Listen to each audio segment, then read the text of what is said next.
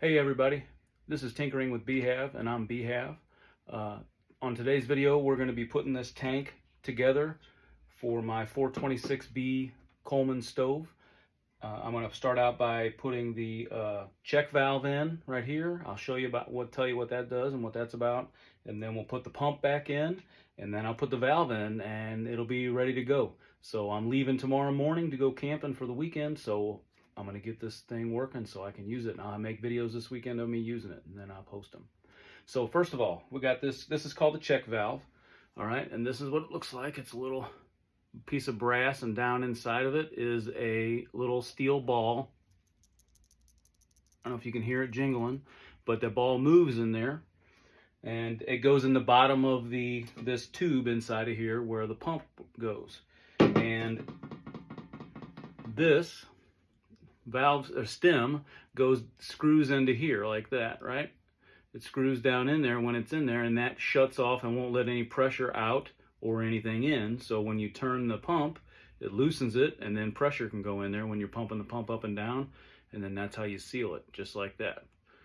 All right, so to put it in, I have to use another one of my handy dandy little tools. I showed it to you when I took it out. This is called a check valve removal tool, and there's a lot of different people that make them, and I bought this from a guy off of eBay. It was a little expensive. It was maybe 60 bucks, but it's solid tool steel. It's pretty heavy duty, so this will last me a lifetime. So you put it, the check valve, it's got a little slot in it, right? So you put it so that it lines up with the wings on the check valve tool, and you screw that threaded rod down in there, and then you tighten this nut on the end. Okay, so once that nut is tight, that locks that wing down in the check valve so it won't strip out. Because when you take these out, they're very tight in there and they're hard to break free, and a screwdriver will just strip it and tear that valve up, and then you'll never get it out. You have to drill it. I've heard people talk about it. It's a nightmare. Might as well throw the tank away. So I've got that on there and ready to go. Doesn't need any sealant or anything like that. So I stick it down in there, it fits in, and I'm just going to turn it until it seats as far as it'll go by hand. And then I'll take a wrench and just give it a couple of, now it's tight. Okay, so then I'm just going to loosen this. I'm going to unscrew the threaded rod out of there until it's free, and then that comes out, and that installed the check valve down inside the pump tube. Okay, so I'm done with that. Now I'll tell you a little bit about the pump itself. Okay, so this is your pump handle right here, and this is what you see on the end. It says open with an arrow, or excuse me, close with an arrow. That's right, close with an arrow. In that direction you turn it to close the pump so you can't pump any pressure in. Okay, and this is that stem that goes in there, and this slides over there, and then this will turn that, but it'll still slide up and down for when you're pumping it. So my dog just came to visit me. Daisy's down here by my feet. So I'm going to turn this stem down into the check valve where it's supposed to go. Why is that giving me grief finding it? Of course. Sorry. There we go. So I'm just going to give it a little thread in there like that. So when you take the pump out, it looks like that. That stem is down in there. So this pump consists of several parts. Okay, so the first thing you got to put on is this little cap. Okay, and it says oil on there, and that's a hole so you can put little drops of oil down in the pump tube to lubricate up the leather pump cup. So you put that on first. Then you take a spring. Okay, and all these parts were on here. These are not new. These are all the existing ones that I've cleaned up, and I got them looking pretty good. Got any gunk off of them or crap that was on there, just it would get on your hands or just make it look bad. So then you take this little nut here, okay, and that's what the pump leather is going to set on. And if you see that little raised ring on there, that points out towards the end of the pump, not towards the handle. Okay, and I'll explain that to you why in just a minute. So you thread that down on there as far as it'll go. It doesn't have to be super tight. It's not something that's going to come loose. That takes an 11/16, am I right? I think so. Yeah, an 11, no, it's not an 11/16. All right, we're just going to use, where are they? I thought I had all this stuff ready, I'm sorry. Well, I don't have the right size tool here, so I'm just gonna go hand tight with it. I think it'll be okay hand tight. It won't have any problems. So that's that piece. Now I have to get the pump leather. So I've been soaking it since I took this apart in pure neat's foot oil. It's a leather conditioning oil. And I've got just a little wire hanging in there that I hang the pump leathers on. I've got a couple in here soaking, right? So I'll jiggle off the little bit of oil that's still on there. Okay, so I've got 2 on there. We're going to let it drip. And I'm going to take one of them off. Doesn't matter which one because they're all the same. All right, so there's my leather pump cup. Oops, there we go.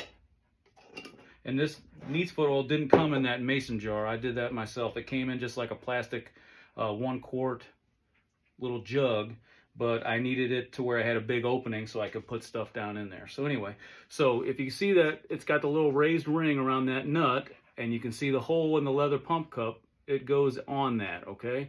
So that that little ring fits inside of the hole on that pump cup like that, right?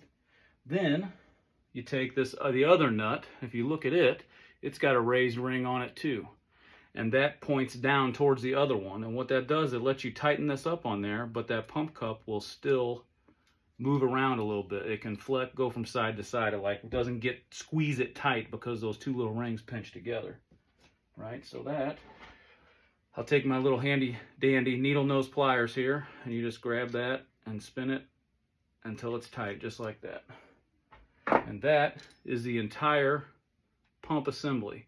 I'm going to flare out that leather just a little bit so that it's a little bit big. It's not cracked anywhere, so that's good. So this will work really well, okay? So there's that. Then you take and put it down inside of the pump housing. So I got to get that tube on the pump over the square stem like that. Okay, and now it goes down in, just like that. Okay, and there's the pump. You line up the little holes in the side.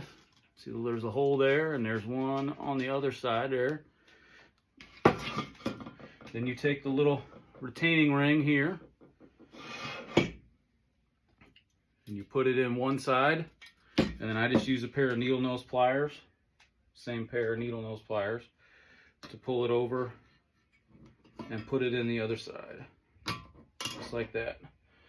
And that keeps the pump in. There it is. So the pump is installed. And then you can turn it and pump it up, and then you turn it. There you go, to lock it down in. And now it's all the way in. Now I won't be able to pump. See, I can't push that in because I've got that valve stem all screwed all the way in there, and it's blocking it. So you untwist it, and now it'll pump. See how that works? Pretty nifty. All right, let me wipe my hands off. I got a little neat's foot oil on there, but that's okay. That oil doesn't hurt anything.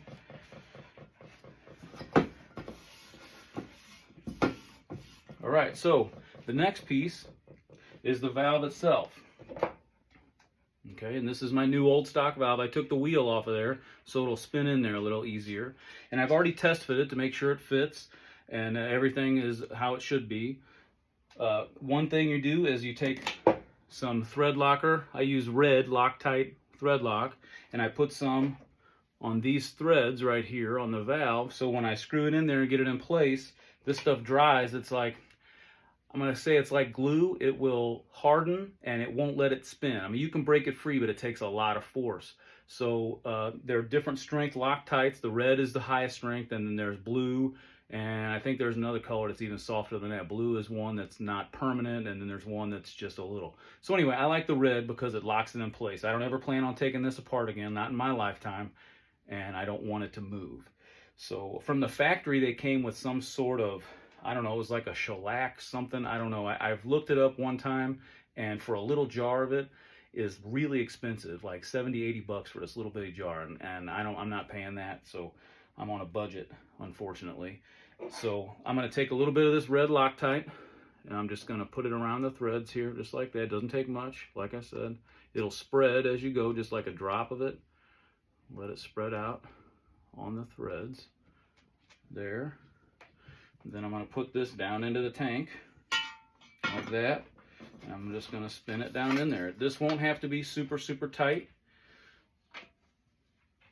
It'll spin around and that thread locker will get in there. And this big spout, the generator, has to point towards these tabs because that's the direction it sits in the stove. It points like this into the stove and that has to go in. See if I can get it around there one more time. Yeah, that was a little easy. Let's try it one more. If I can't get it another time, we'll come back. Yep, I can. So there we go. All right. That's pointed.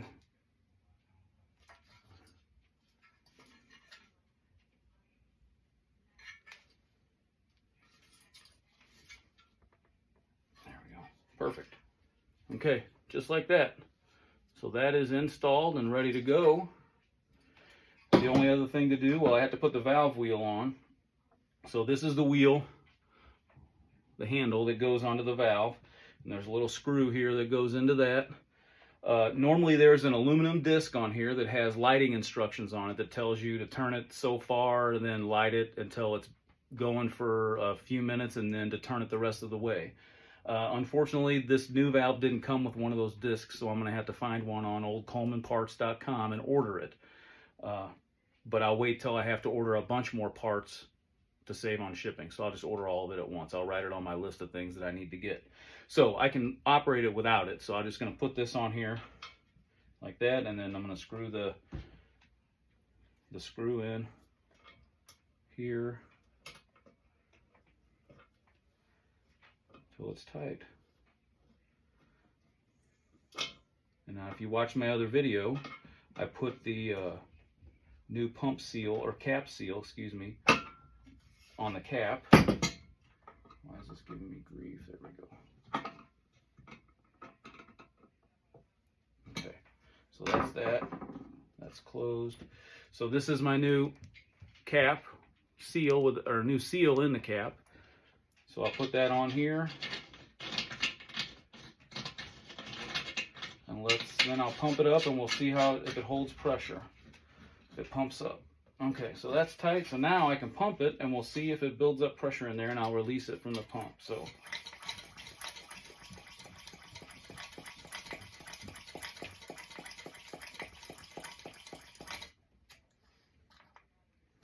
okay, so there's pressure in there. So we're going to open this valve and we'll see if I hear sound.